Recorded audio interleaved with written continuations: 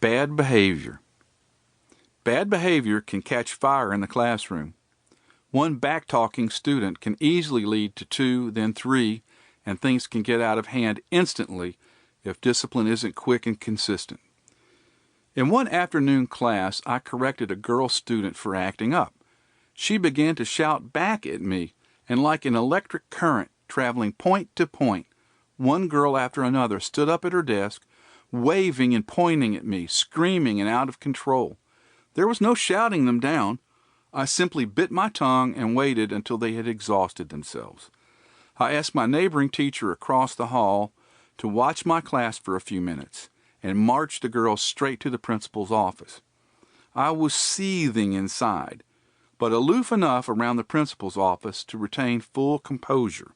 The principal wasn't in, but the new assistant principal was, and I explained what had happened.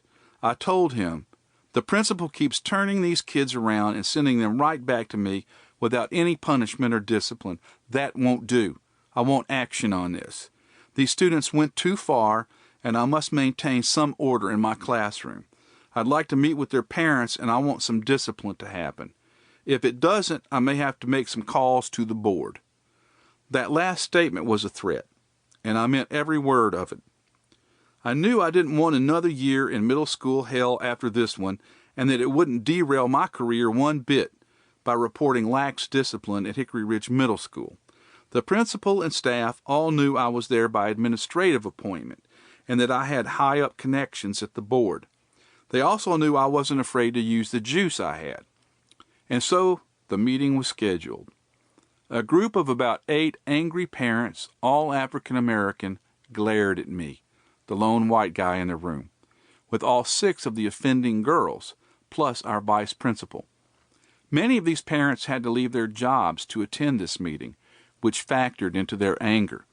A white man, a big, tall white man, correcting 12-year-old African American girls is a dicey situation at best.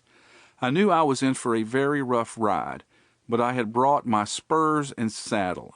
I was ready. Naturally, the girls had denied to their parents they had done anything wrong. Death rays shot out of the parents' eyes.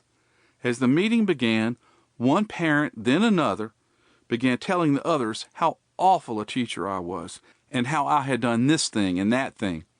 Before the third parent got into her attack, I held up my hand and said loudly, "Enough!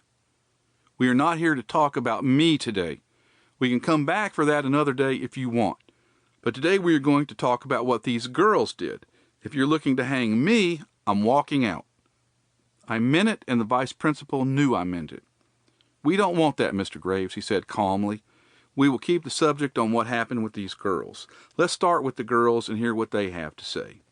The first girl began by saying, "We didn't do nothing. Mr. Graves just started yelling at us and calling us names."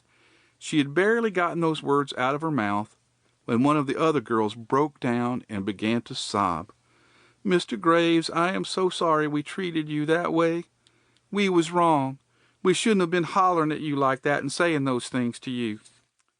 For several long seconds, all you could hear was the air conditioning gently humming through the vents. One by one, in that same electrical circuit, they broke down and confessed in front of their very surprised parents. I knew then to keep my mouth shut and let the scene play out. The students apologized through a veil of tears, the parents apologized, and the vice principal apologized. I blew the smoke off the tip of my 6-shooter, reholstered it, and rode off into the sunset, another day done. To keep listening to this audiobook, I've left you a link in the description so you can do it, at no cost thanks to Audible's 30-day free trial.